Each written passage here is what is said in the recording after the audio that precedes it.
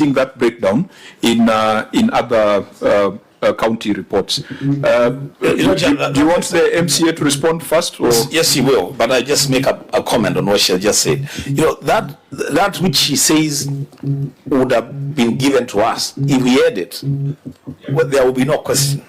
But you see, we don't have it. What we have is a disclosure of 841, all coming from level 4. We can only engage with that. We cannot engage with what we don't have. Agreed. Governor, you get the point that disclosure ought to be there. And if it's available, just circulate it. I think it can help to allay some of the fears that we have. Chairman, we can share a sample of 1 month report as we receive it. We can send it to George. Send it to George. And you can circulate to the members. The facilities are listed. Then the level 3 facilities are lower level facilities are listed. Then the public health revenue is listed, and then it is broken down, and it is from all facilities. Okay, the Honourable Waka, don't make a speech. Just deal with the question raised by Senator Sifuna, even though the governor seems to have touched on it. The question was whether Senator Sifuna just frame it precisely, or Waka is a politician. He might start singing and making a speech. It's a yes or no. Are your people being asked to pay anything when they go to hospitals? It's that simple.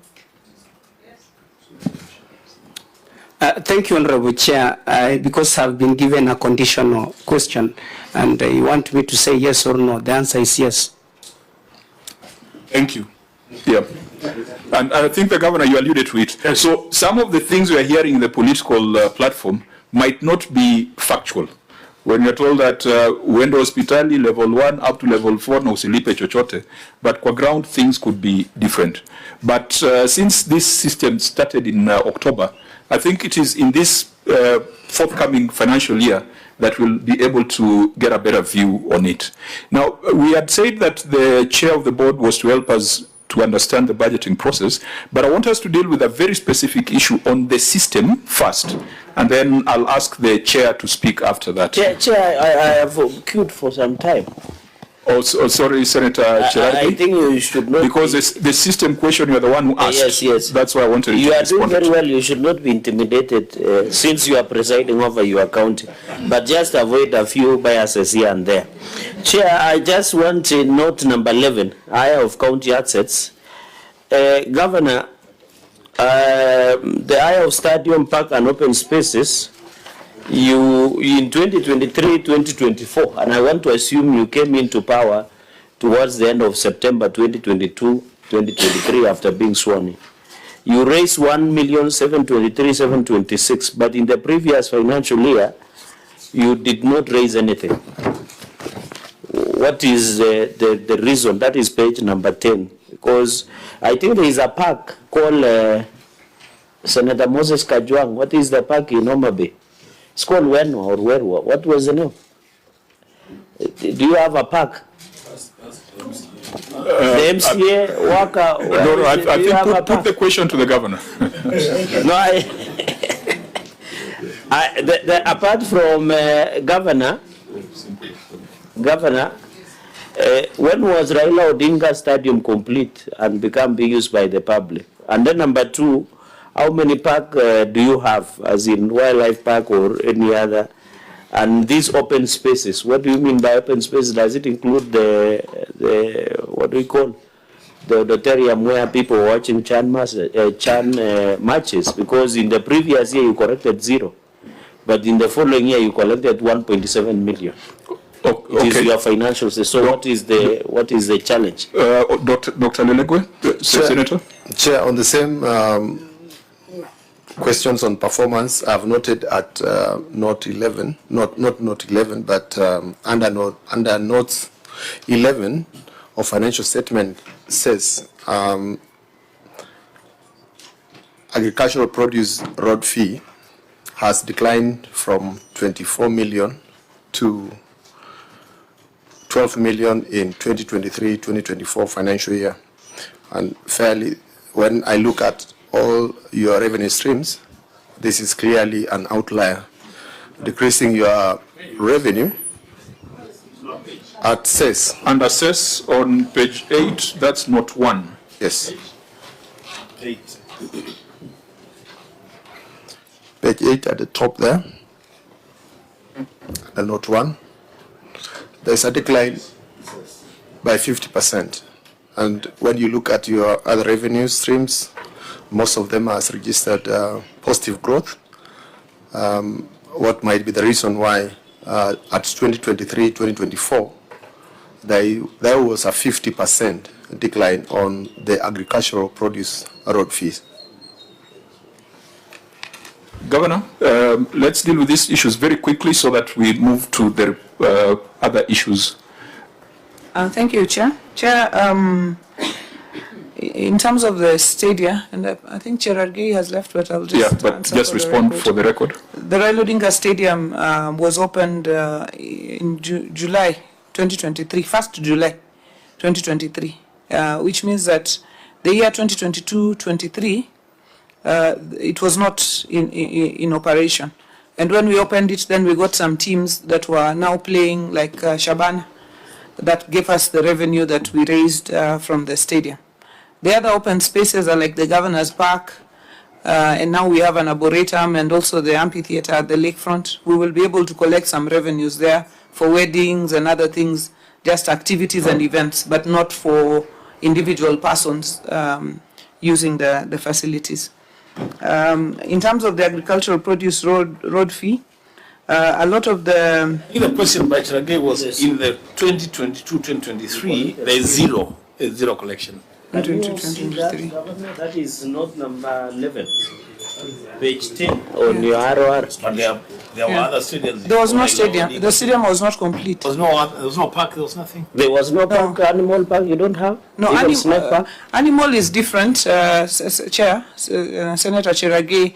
The Ruma National Park is the game park that we have, but we do not receive any revenues from it because it's a national park, not a game reserve. So the revenues go directly to Kenya Wildlife Service. So there was no stadium, there was no park, there was no open spaces. That is how much work we have done in the time we have been in office. Okay, Governor, let's proceed a bit faster. The agricultural produce road fee. Here, Ndiwa Sukari, which is the main producer of cess, was closed for a while for repairs, and therefore we lost quite a bit of cess in between. And we also had Kibos that was taking sugarcane from Homa Bay to Kisumu, and they also left during that time. So that is the reason that we had the decline in the agricultural monies. Thank you. Honorable members, I want to request that we look at the systems environment, wrap this up, and then go to the issues in the main executive report. Auditor General, you had an observation on systems environment, and I think you had indicated that there's something that has not been resolved. Very quickly, can you read your findings? As the Auditor General takes us to anomalies in the revenue collection and management system, the issues raised and evaluation role, we'll take note of the responses. This is a matter that should be kept in view because we have looked at the detailed response. So it's something that the auditor will report on in the subsequent audit. But let's deal with anomalies in the revenue collection and management system. Yeah, thank you, Chair. Anomalies in the revenue collection and the management system. The county government of Homa Bay procured a craft biller system for revenue collection and management from the local vendor through a contract signed on 26th May 2023. However, audit of the system conducted in October 2024 revealed the following anomalies. 1. Error handling had not been hardened. Overly informative errors messages were revealed to users. An attempt to generate receipts returned on error messages with SQL code and revealed that the details of the database and the database management system used by the system. The information revealed that makes the systems an indication that the system vulnerability to attack malicious users and hackers. Could I guide that you go straight to paragraph 7 because that is where the outstanding matter is. Yeah, thank you, Chair, for guidance. Paragraph 7. That's page 6 of the financial statements. A review of the contract between the county government of Mutembei and the vendor revealed that the contract did not specify the contract period and did not provide for the payments of 5% commission on revenue collected, which is paid to the contractor every month. In addition, the contract price was Kenya shilling 28,289,179, including the VAT, with the payment structured in 3 phases: 30% upon submission of the draft report, 40% upon submission of the unacceptable draft report, and 30% upon submission and approval of the final report. Although no reports were provided for audit verification on the phases of the development of the project, the vendor sent a letter reminding the county government to pay an outstanding invoices, warning that the delay could lead to a service disruption as they will shut down the systems on April 12, 2024. In the circumstances, the security, integrity, reliability of the revenue collection and the management system and the value for money of the payments made to the vendor could not be confirmed. Okay, Governor, your response, there are 7 paragraphs there, which we had looked at your response, but if you could narrow down on the paragraph where you are responding to 7, the issue of the 5% commission on revenue collected, which was not supported by the contract. I think that's the outstanding issue in that entire audit finding. Thank you, Chairman.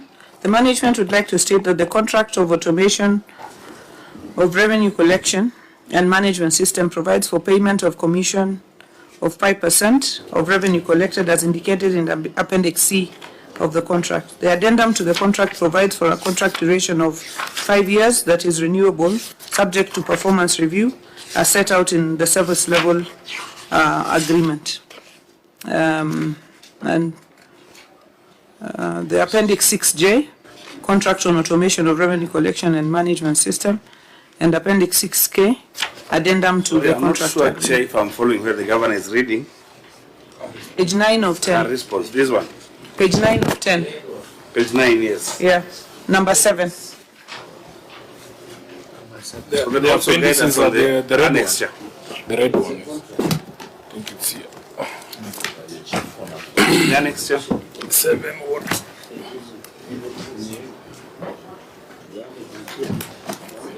Appendix.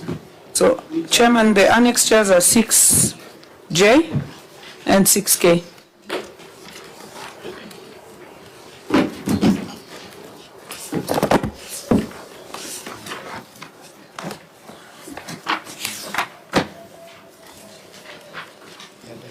So 6J has the contract on automation of revenue collection and management system and addendum to contract agreement. When was the addendum signed, Governor?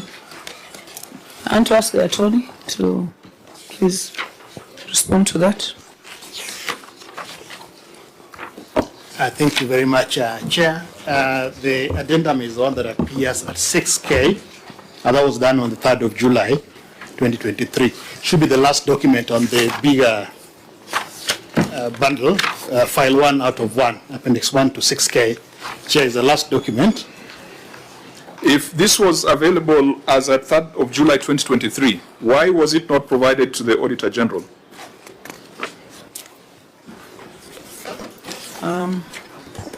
Because this is an observation that was in the management letter, was in the draft certificate, and was in the final certificate.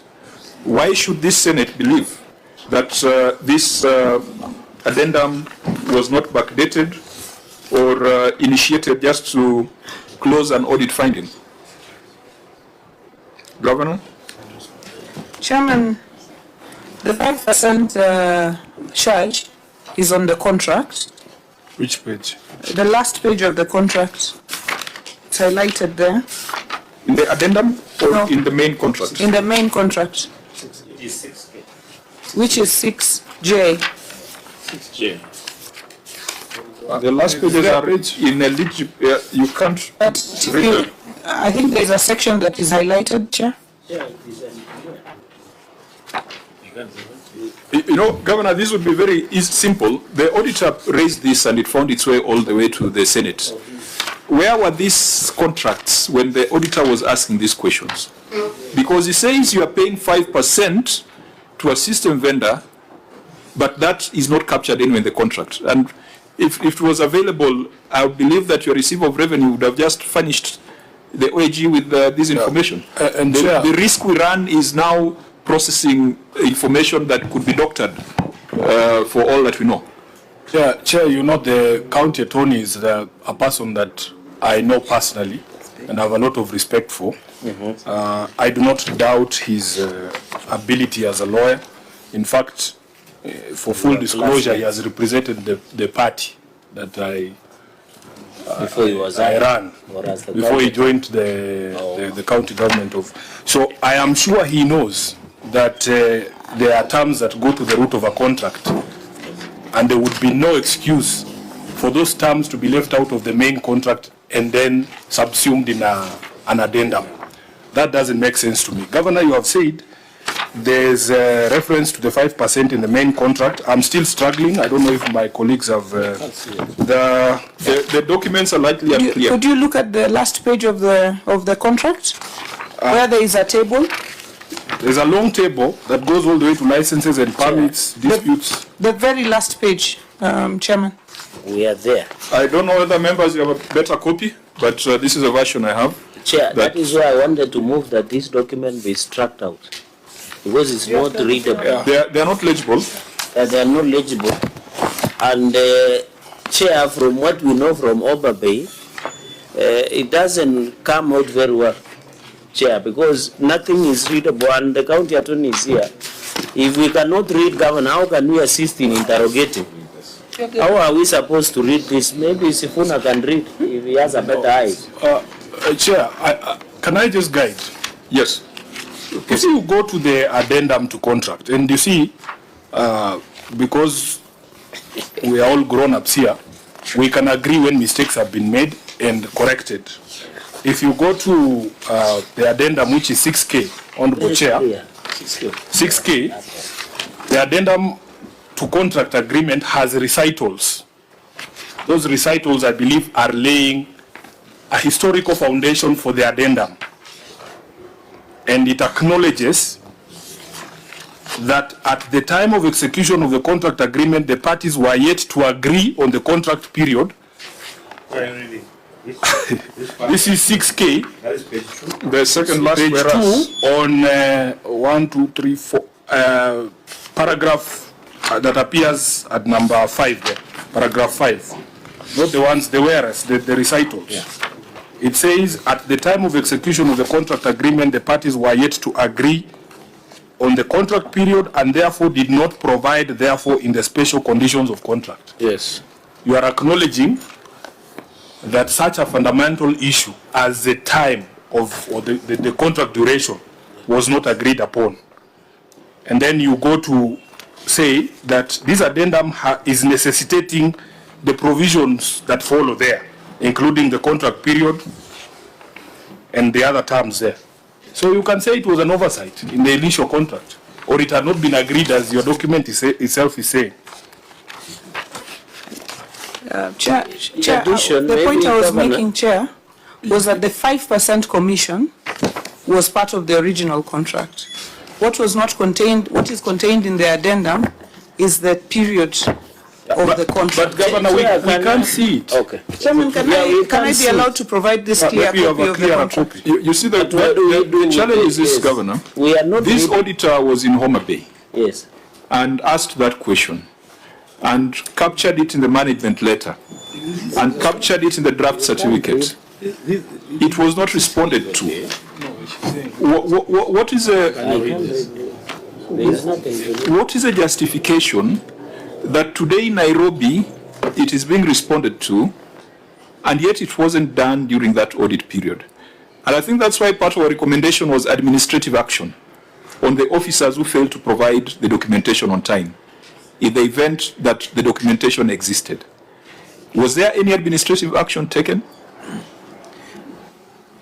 Chair, and in addition, to be fair to us as your members, we are not reading anything. So even if the governor refers until cows come home on the aspects of the contract, we can't read. And a number of us are legal experts, Chair, and we really wanted to get into the substratum of the issue. So how will we assist the Chair to be fair? Yeah, Chair, finally, yes. For the benefit of the people of Mutembei, I think the most critical thing is the cost that the people of Mutembei are incurring. Governor, I cannot believe personally that such an important matter would not be contained in the document itself in a more prominent manner. Because anything, even if you are buying mandazi, the first thing you ask is how much is this thing? And the contract has to provide for it. So it is unbelievable. And as I said, I have a lot of respect for your county attorney. If mistakes were made, we can just own up and say there were mistakes. Like, Chair, this is more than a mistake. Because are you saying, through the Chair, Governor, are you saying that the 5% is provided for on the last page of? Yes, the 5% is provided for on this contract where it says summary of costs. And Chairman, if you allow me, I would like to table a clear. I would like to apologize for the document not being clear, and I would like to table, Chairman, if you agree for your purpose, a clearer version of the contract document. It's 9 copies, so that through the Chair is enough. Sometimes you are constrained to take new evidence at this point, yes. But because you are quasi-judicial, maybe first table it to the clerk and then we'll take a view.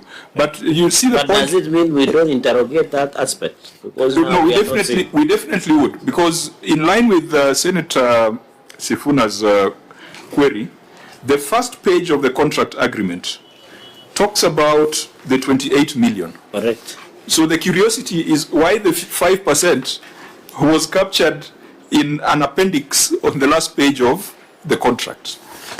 You see, that's a reason for curiosity. Yes. That this could have been an afterthought, or this could have been an insertion to an original contract that wasn't there. And that is why the Auditor General asked that question, and it was not answered when the Auditor General was in Mutembei. Chairman, I want to say that, and this is under oath in the House here, that if the figure had not been part of the main contract, it would not be in anybody's interest to insert it and then say it is part of the original contract. So it was there, Chairman, but the reason it wasn't provided, I want to agree with the committee that the document should have been provided to the auditors in full, including the addendum, so that we did not have to raise this issue here. And Chairman, I want to assure you that whoever did not provide the document, we will take administrative action against them. Governor, unfortunately, we have taken your copy of the document. Yes. And the beauty with this agreement is that it is signed on every page. Governor, if you look at the signatures on the previous page and the ones on this last page that you are now providing, they don't look the same. They have been signed by different people, and yet the people who have signed from the beginning are consistent. What is the explanation there? Just look at the previous page, Appendix B.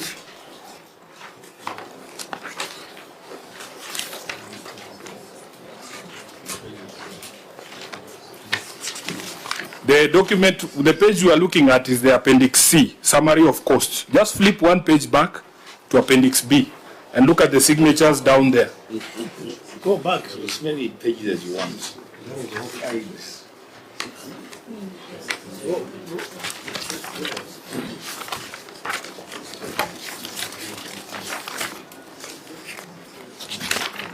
There is one distinct signature on Appendix C that is not on the other pages. Yes.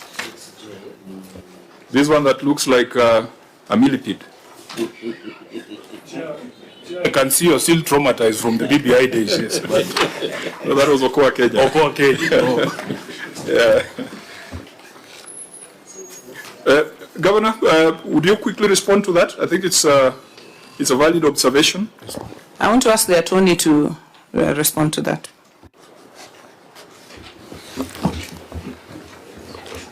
Thank you very much, Chair. Chair, I just want to make reference to the document that is annexed at 6J, which is the contract on automation of revenue collection and management system.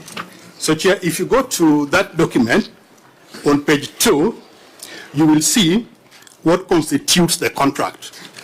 And from the word go, you will see that at part C, whereas the amount of the contract is stated there at part C. But it goes ahead at paragraph 1, now therefore, that the following documents attached here shall be deemed to form an integral part of this contract. So it lists them, and it goes to number C, the appendices.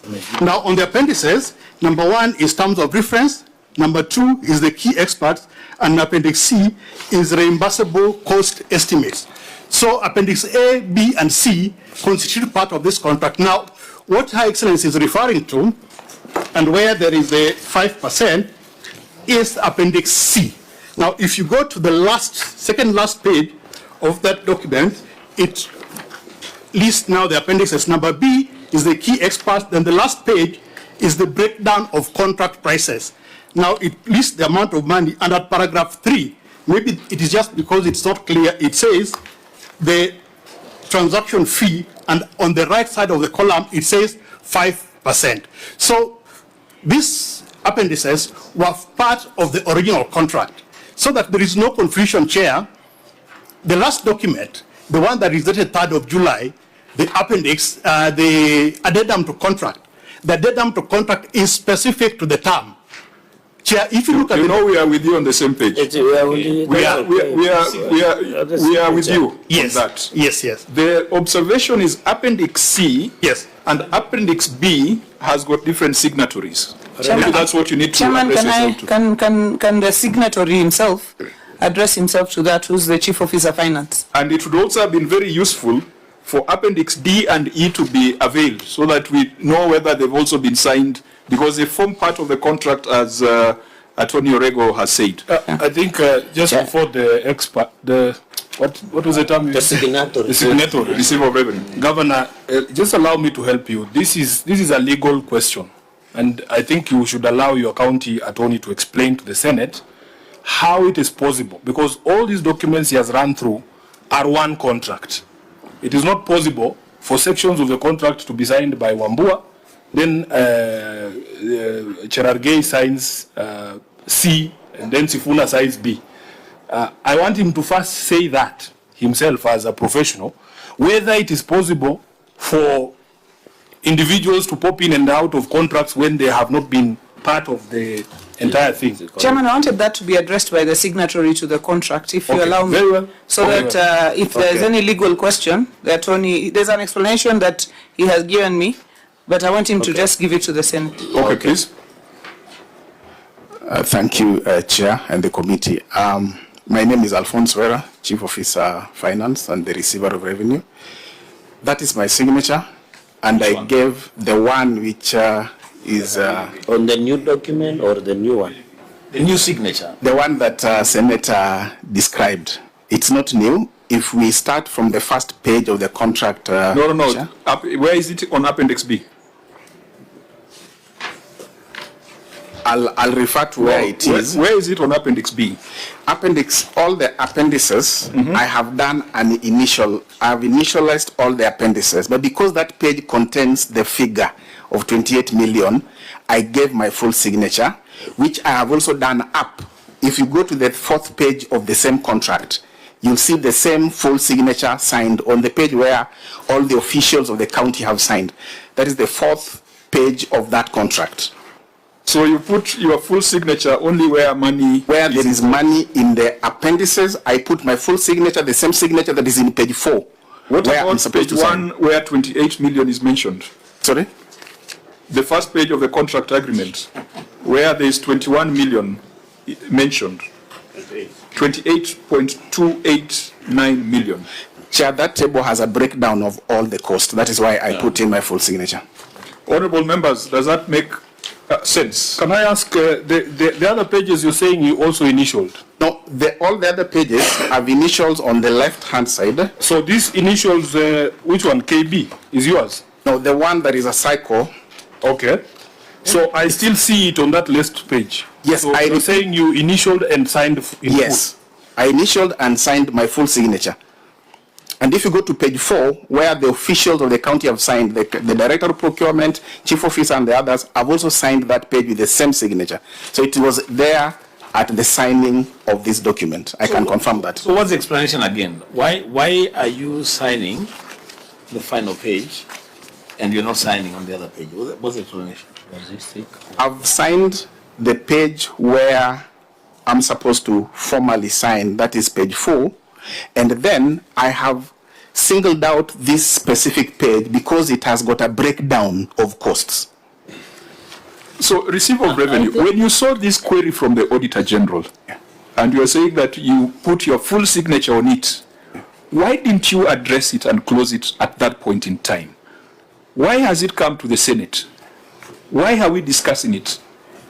If that addendum was available, and it was your signature, and it is your report, you are the receiver of revenue.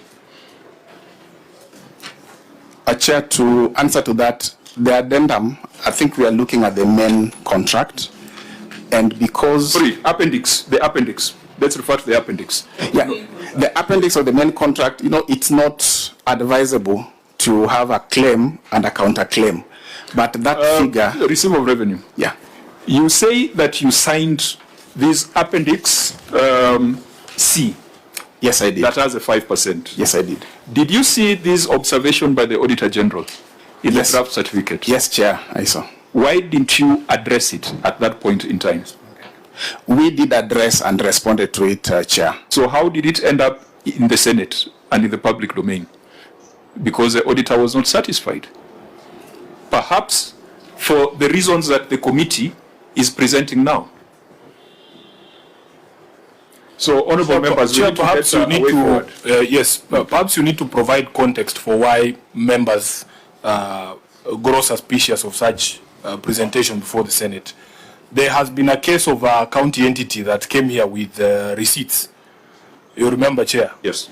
And from just a casual observation, you could tell that these documents had just been manufactured to answer or respond to the audit query. And that's why the Chair is saying, these auditors, because again, I repeat, I'm also audited. Governor, I'm also an accounting officer. There is no way the auditor can ask the Honorable Kawino to produce a document, then he refuses to produce, and then he shows up with the document at the Senate. So, Auditor General, do you go through the same process you go with me? At the party of mine is more robust because we sit down with you, you do management letters, there are exit meetings. Why can't you have these issues cleared during the point of audit? Sure. I'll indicate you too. Yeah, thank you, Mr. Chair. Of course, the audit process is the same from the entry meeting, the exit meeting, raising an ML, raising a draft. And again, maybe the issue is if there are contracts that have been provided, and that's why the audit has really picked the issue, if there are annexes supporting that contract, and probably have just provided the face value of the contract, this some information is really missing. So at the point of maybe the ML issuance or even at the exit meeting, if there are annexes or maybe even the addendum that post the changes of some of the contract terms, then at that point could be provided for us to address the issue. Senator Cherargei, and then ROR, you'll tell us this 5%, let's put it in context. How much money is it annually so that we know what we are dealing with? Senator Cherargei. Yeah, I can see one of the residents of Mutembei is calling me. I don't know why. Chair, maybe I've known the mischief. I've known the mischief why the governor has provided not readable contract, because when you look at page 103, Governor, which one was this is in J. This is 6J. I think page of 3 I have struggled, Chair. Governor, I need clarity. And of course, you have said you will take administrative action for somebody who prepared this documentation. Why were you paying in pounds professional liability insurance with a minimum coverage of any occurrence which is 500,000 pounds on an any period of insurance to 1 million pound? And then in number 38.1, the contract price was 28,289,179 inclusive of the VAT. Why were you using two currencies? One, you are using pounds, unless maybe the governor will tell us whether this company is local, or is it a UK-based company, or is it domain is here in Kenya? Because if the contract sum was 28 million, then professional liability insurance with a minimum coverage of that is between 500,000 to 1 million pounds. Why was the inconsistency? What was the wisdom in the drafting of, and we have heard the stories of the signatory, which does not look believable, Chair. What was this inconsistency? And by the way, Governor, can you provide us who are the people who signed, apart from one signatory, who signed and negotiated this contract? Because there is a process of contract, and why the difference between pounds and shillings? This is very unique, Chair. Governor? And this is a problem of not providing documentation at the time of audit, because once it comes to the Senate, it's in the public domain, and we have all the rights to ask questions.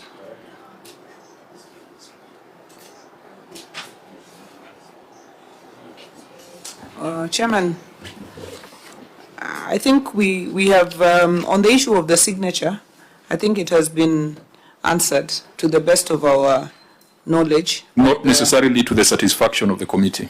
To the best of our knowledge, by the person who signed the contract. And Chairman, for the contract to be executed, you have to pay the service provider this amount. And Alphonse will be responding to what kind of amount it is. And even just looking at it practically, for the service provider to sign a contract without us, indicating what kind of percentage we will be paying them, also, would not make sense even to the provider themselves.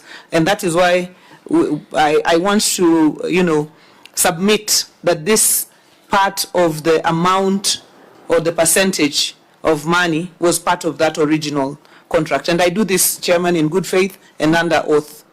I want to ask the attorney to respond to the figures that have been provided, the provisional liability figures that have been provided in pounds. Thank you very much, Chair. In respect of paragraph 24.1, the insurance coverage against the risk shall be as follows. So it's the professional liability insurance with a minimum coverage of any occurrence at $500,000 and any one period of insurance at $1 million. In dollars or pounds? It's actually in dollars. It's in dollars. It's actually 1 million. And we are struggling, Wakili, with all what you have brought before us. They are not legible. And we are not superhuman. The figure is $500,000, and in one period a maximum of $1 million. Those are the figures. These are the terms. Ordinarily, these are provided for by insurance companies.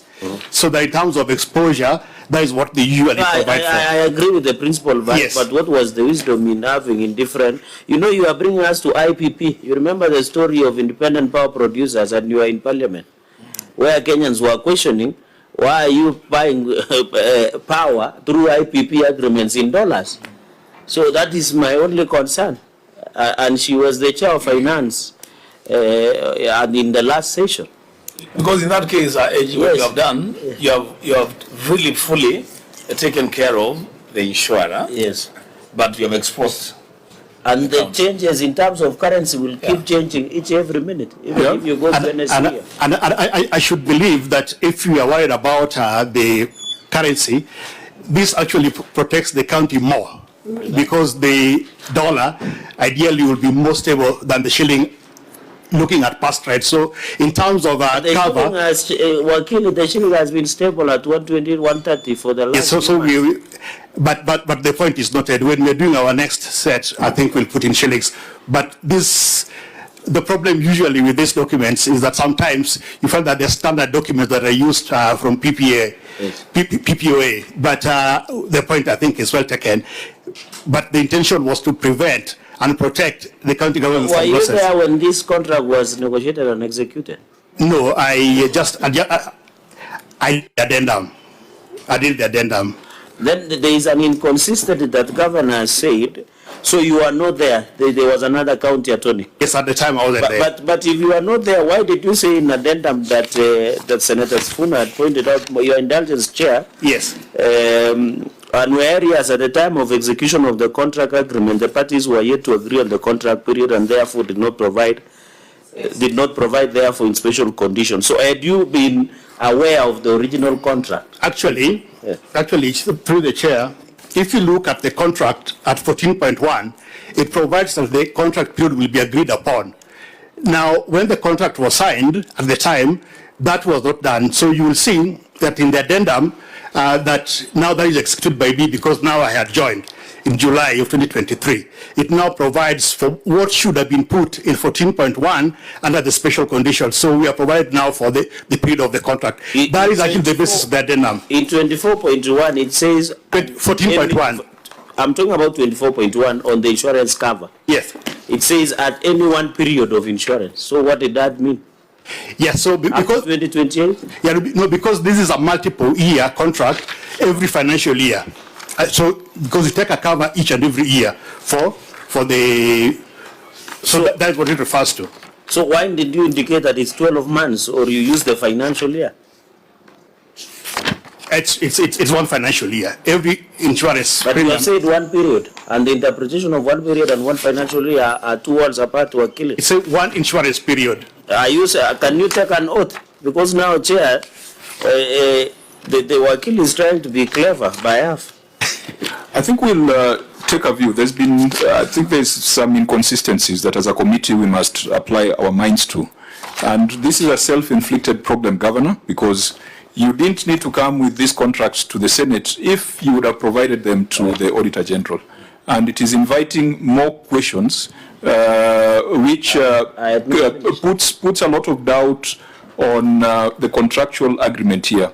To allow Senator Cherargei to close, and then we quantify what this 5% is. I mean, how much has it been on an annual basis? This arrangement of automation of ONSO's revenue in Homa Bay, I'm not comfortable. It looks like the people of Homa Bay have been ripped off. So I request that we step down this question, we assess as the committee to see if there was value in terms of this use of this system and this contract. Because we need even to invite the company. Because in the observation of the OAG, there was supposed to be interruption of services at some point. So we need to know what was, we have seen the agreement, not legible, but we need to study this contract. Because to me, there is a lot of inconsistency between the original contract and the addendum.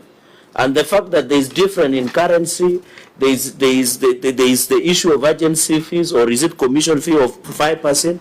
Can we look as a committee internally on the inconsistencies of this contract to ensure there is a benefit to the people of I think you are giving a way forward, which we can give once we have heard how much is this 5% that you have been paying? How much is it? Because we don't have a picture on how many streams run through this system and how much you are collecting annually through this system, so that we contextualize the size of the problem.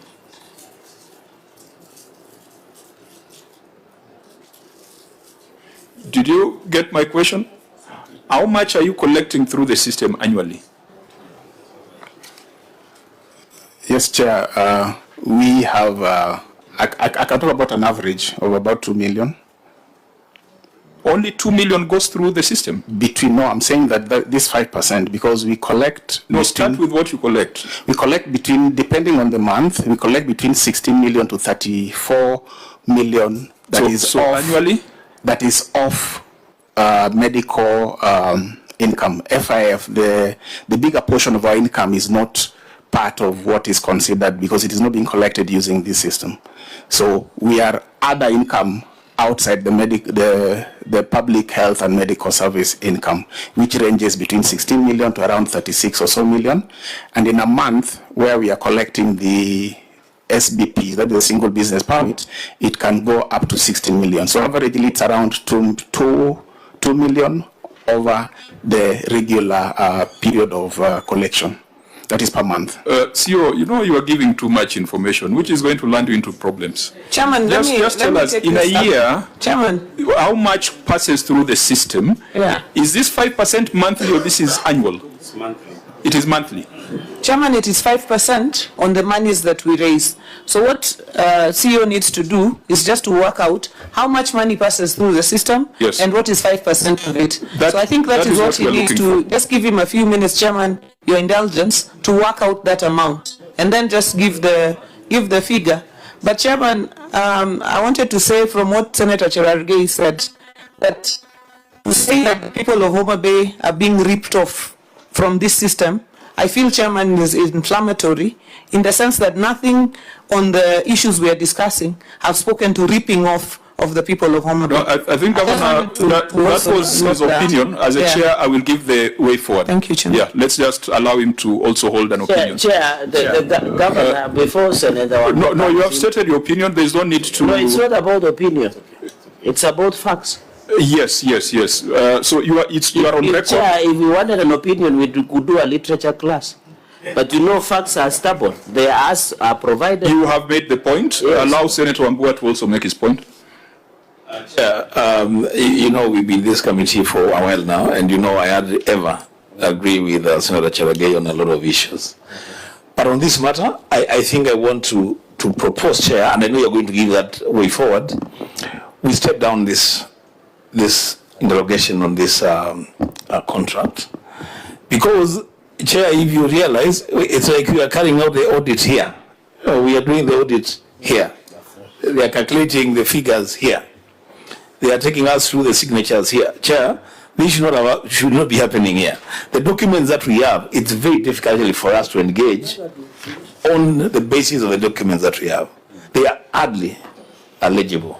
So, Chair, I would propose that we step this down and engage on this at a later date thoroughly. As to whether there are ripoffs or not, Cherargei is only accountable to his own statements. Thank you. Yeah, no, I mean, he has a right to express himself, whether it's facts or opinion. ROR, you have the number, or we can proceed, and we come back to this later. Well, if you are struggling, then what we'll do, this is a matter that will then, there are two elements to it. Keeping it in Chairman, view. he has a figure. Okay, proceed. For the financial year, we are looking at that is 17,962,251. That was 23-24 for that financial year. Yeah. That's the 5%. The 5%. Which, if this committee was to reach the conclusion that it was not lawfully levied, then that would be the figure we are citing or referring to the EACC. That is the calculated figure. Okay, honourable members, let's. I've had two requests that we stand down this particular matter. We will consult with the Auditor General on this, and perhaps internally, so that we consider which direction we are giving this, because we started with the documents that were not legible. We started with an auditor who had been in the county for several months and was not provided with these documents. So I will agree with Senator Wambua and Senator Cherargei to the extent that we give this matter further consideration. Now, there are a few other issues in the ROR where we will take the written responses. I think a substantive matter was on the valuation role. We have taken note of your response, particularly the legislative changes at the national level that have posed a challenge to county governments. I think it's also a matter that we shall keep in view. I want to, for purposes of time, request that we go to the report on the executive.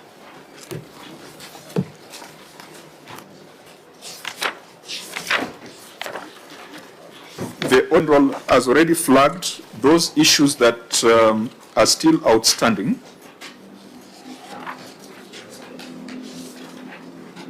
And on the report of the executive, we will start with pending accounts payable.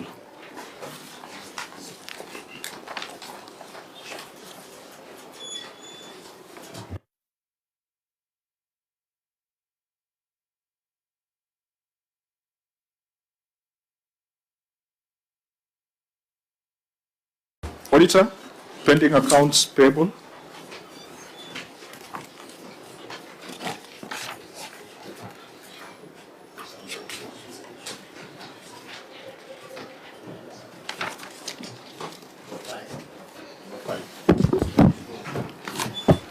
Yeah, thank you, Chair. Pending accounts payable. Note 19.1 and other important disclosure and Annex 3 to the financial statements reflect the pending accounts payable totaling to Kenya shilling 955,548,525 in respect to the accounts payable brought forward through the year 2023, 2022, 2023. During the year under review, pending bills to the county executive incurred pending bills of Kenya shilling 1,098,638,645, bringing a total pending bill for Kenya shilling 2,054,177,170, out of which the management settled an amount of 61.9 million, leaving a balance of 1.1 billion. This is indicative of the county government failure to settle the pending bills as first charge to the budget, contrary to the requirement of the Regulation 41 of the County Public Finance Management Act, County Government Regulation 2015.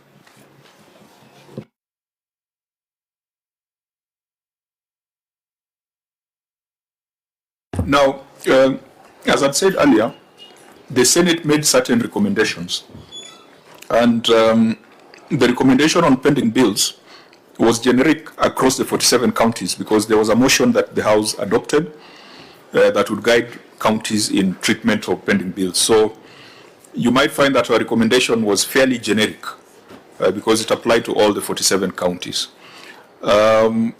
It is a very lengthy recommendation, so we don't need to read it verbatim.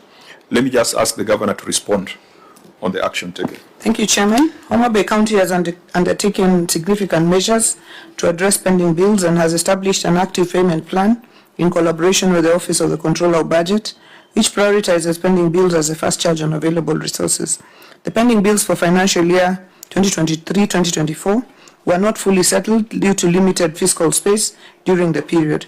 However, under the payment plan for financial year 24-25, the county has disbursed a total of 620,478,914 between July 2024 and June 2025. The county government remains committed to settling the outstanding balance of 571,788,903 in accordance with the approved payment plan outlined below. First quarter 2025-2026, 38,986,223. Second quarter 25-26, 135,600,200. Third quarter 2025-2026, 147,256,324. And in the fourth quarter, 101,256,300. And in financial year 2026-2027, 148,689,846. We have appendices there. 5A, pending bills. 5B, outstanding bills of 571,788,903. And 5C, pending bills paid of 620,478,914. Thank you, Chair. Governor, in your appendices, is there any that does an aging analysis of the outstanding bills?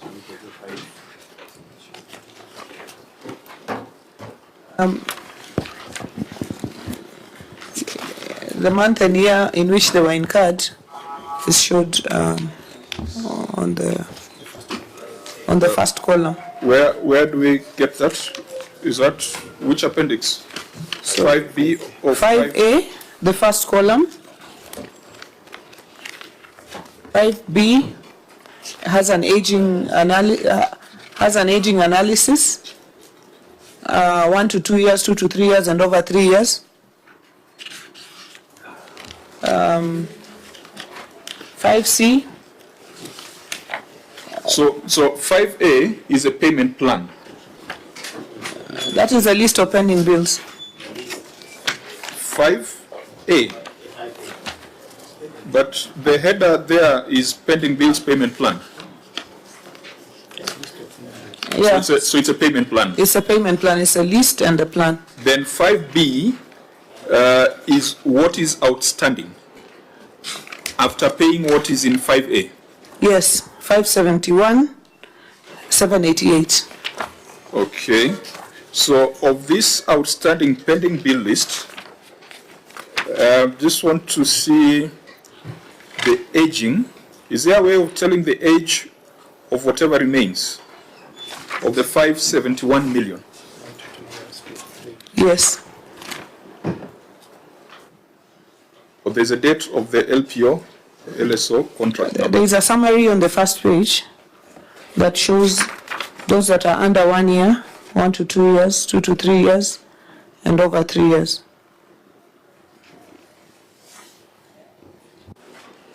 So in the outstanding pending bills of 571 million,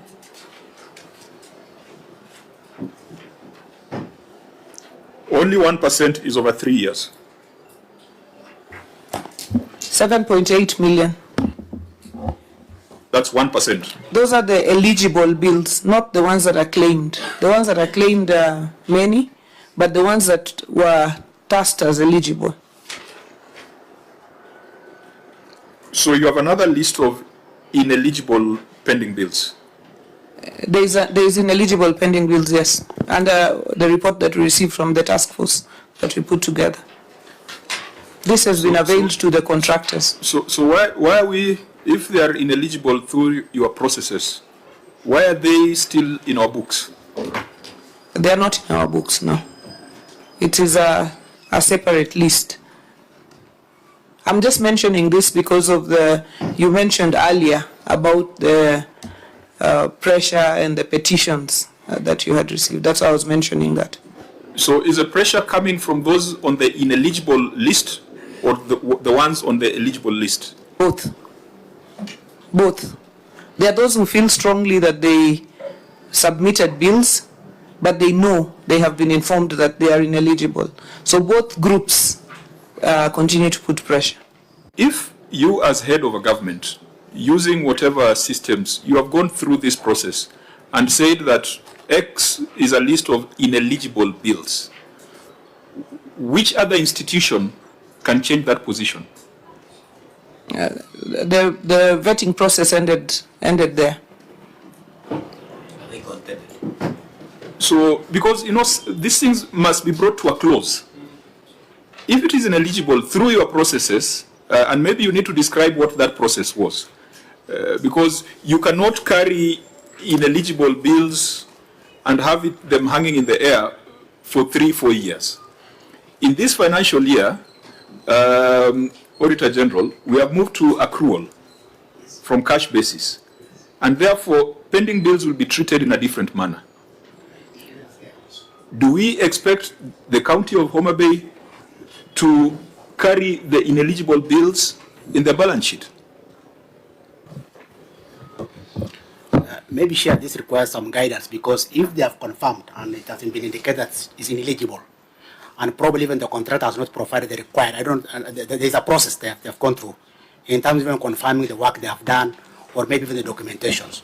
So that brings the issue of the separations, because how do you bring them as payable if probably the documentation itself is also missing? Or maybe the vetting process has confirmed that the work has not also been done, because it's a process that has been done by the management.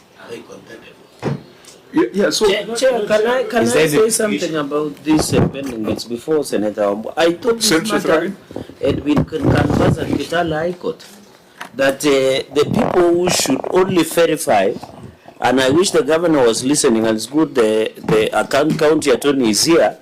I don't know whether, Governor, you are aware when Governor of Trans Nzoia tried to form a verification pending bills committee, the courts ruled that in Kitale High Court, that it is only the OAG who has the verification of pending bills. So my question would be, during that time when you formed a task force, did you form a task force before that decision came into play?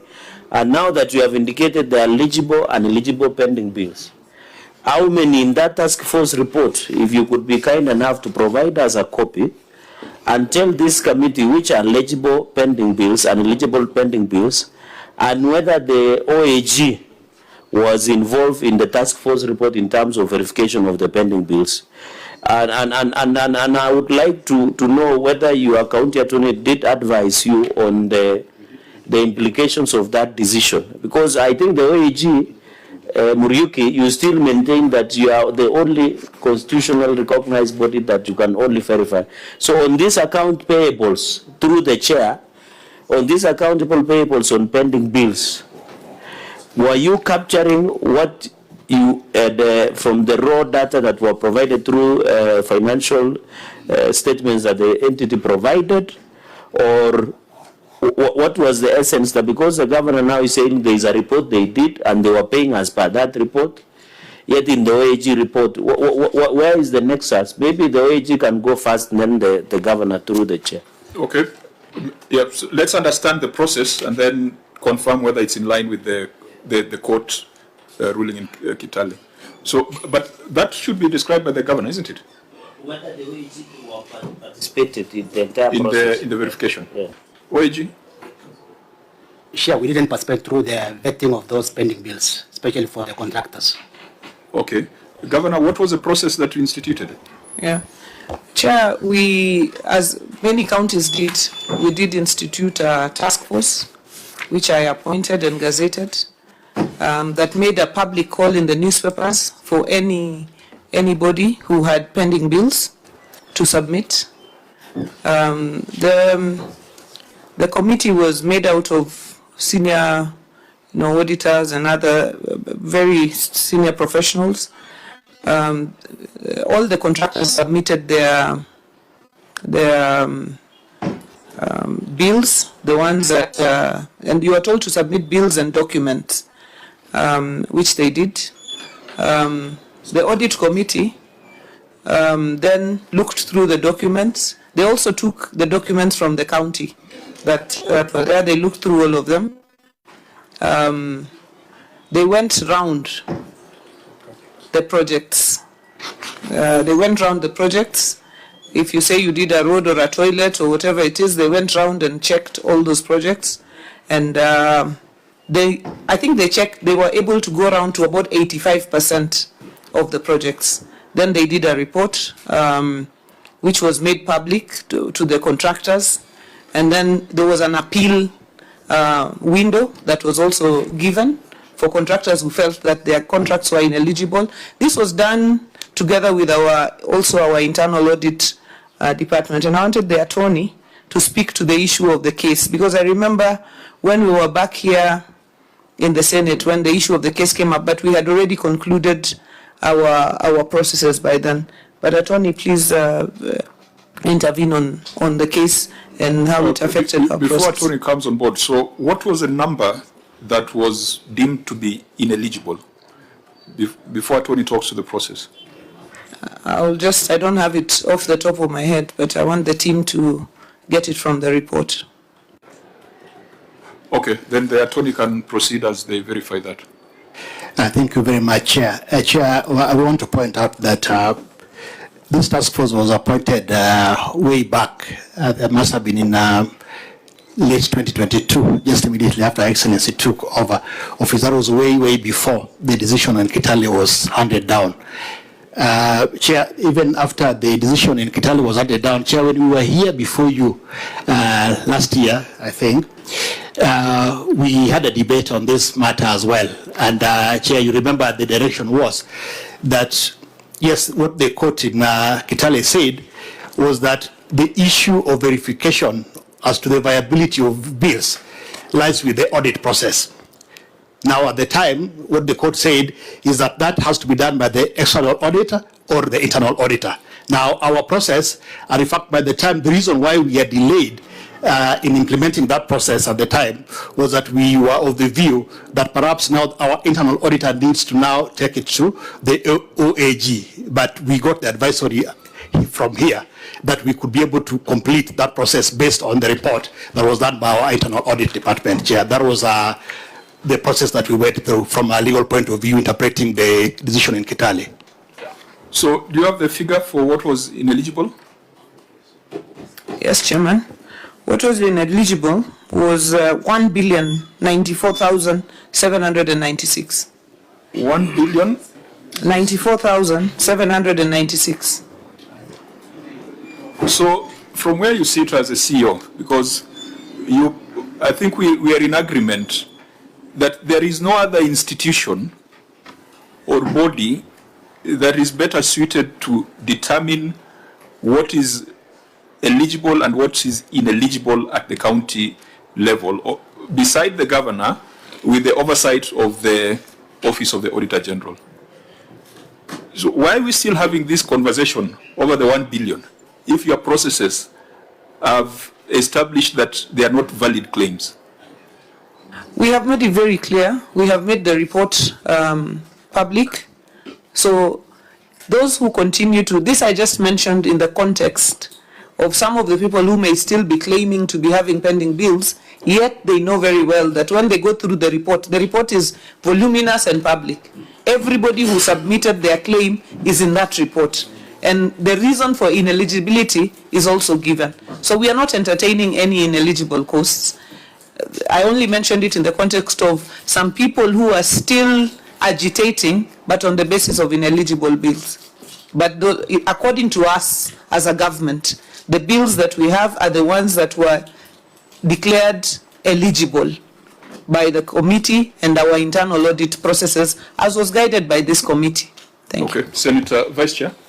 Yeah, Chair, my question would be to the governor on the challenges of not paying these pending bills.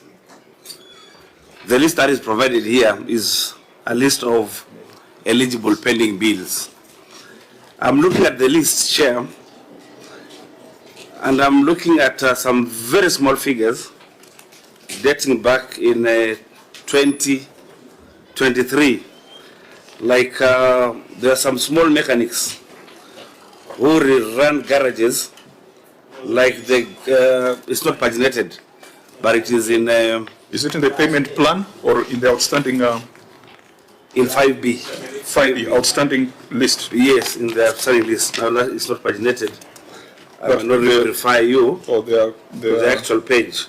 They are raw numbers. But there's a garage called Gamba Motors Garage, which incurred a bill on 30th October 2023 for a motor vehicle repair, and they're supposed to be paid 8,944.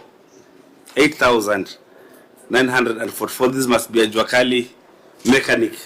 Up to now, he or she has not been paid. The next one is Vene Auto Spares and Services. He's supposed to be paid 362,000. And so many others, 45,000, you know. Governor, what is the challenge? Because in this year under consideration, we had met our revenue target in terms of on-source revenue. And so in the subsequent year, we would have done even budgets, supplementary budgets, and paid these people. These are very poor people in Homa Bay. What is the challenge here, Governor? Governor, the small, those very small bills. Yeah, I agree. And I believe that these are eligible. These are eligible bills. So there's no question as to the authenticity. Yes, these are eligible bills, and that should have been paid.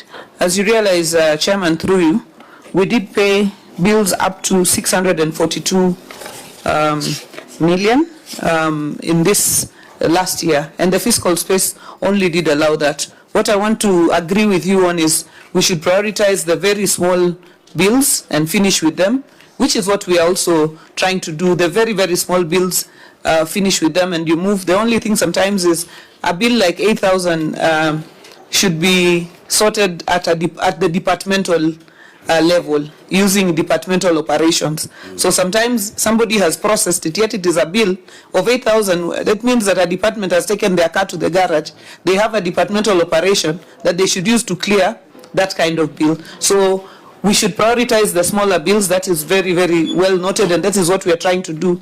But in this last financial year, we tried to pay the 642. The fiscal space is the challenge. And I think this was just a random observation by the senator from Taita Taveta. But if this is a Gamba Motors garage that I know, is the proprietor recently passed on?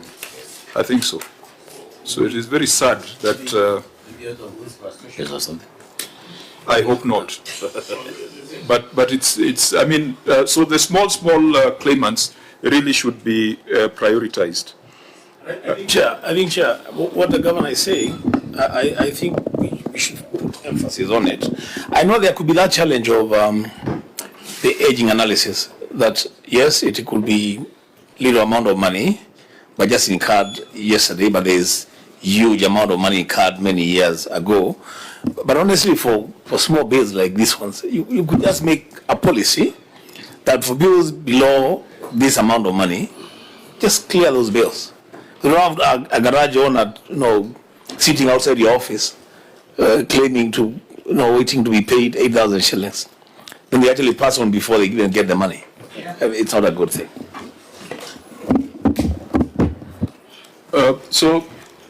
Senator Vesha, Senator Cherargei? Chair, I concur with my colleagues, and I think your finance department should at least prepare. I've seen you are prepared how you will pay your pending bills, but why don't they